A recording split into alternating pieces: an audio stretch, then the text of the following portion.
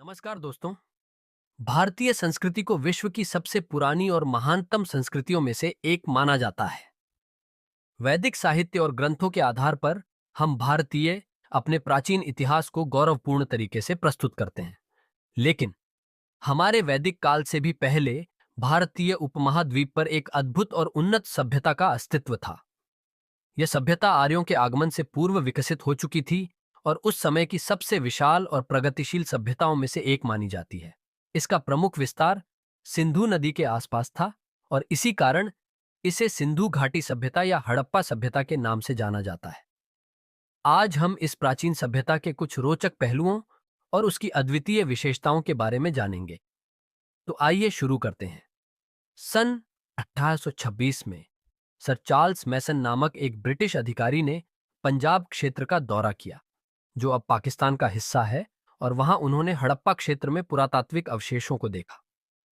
आगे चलकर 1921 में भारतीय पुरातत्व विभाग के नेतृत्व में पहली बार हड़प्पा का औपचारिक उत्खनन शुरू हुआ।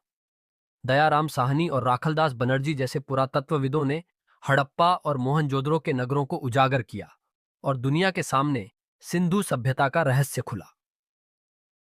अब तक के उत्खननों के अनुसार सिंधु सभ्यता का विस्तार लगभग 800 से अधिक नगरों में पाया गया है, जिनमें से 900 से अधिक भारत में है।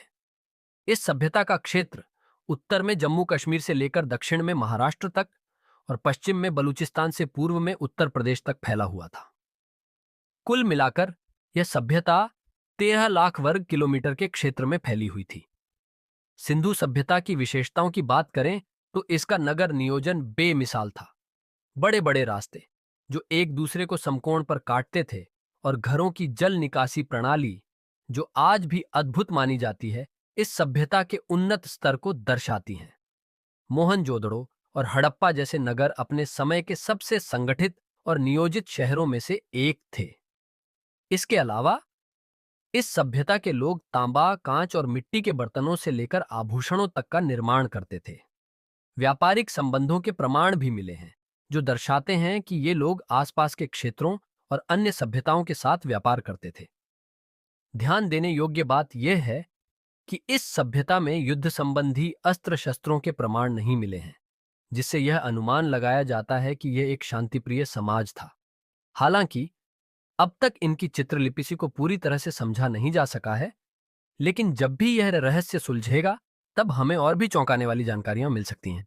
दोस्तों, अगर आपको इस जानकारी में रुचि है तो कृपया हमारे चैनल @darkframe_shorts को सब्सक्राइब करें और हमारे अगले वीडियो की सूचना के लिए बेल आइकन जरूर दबाएं।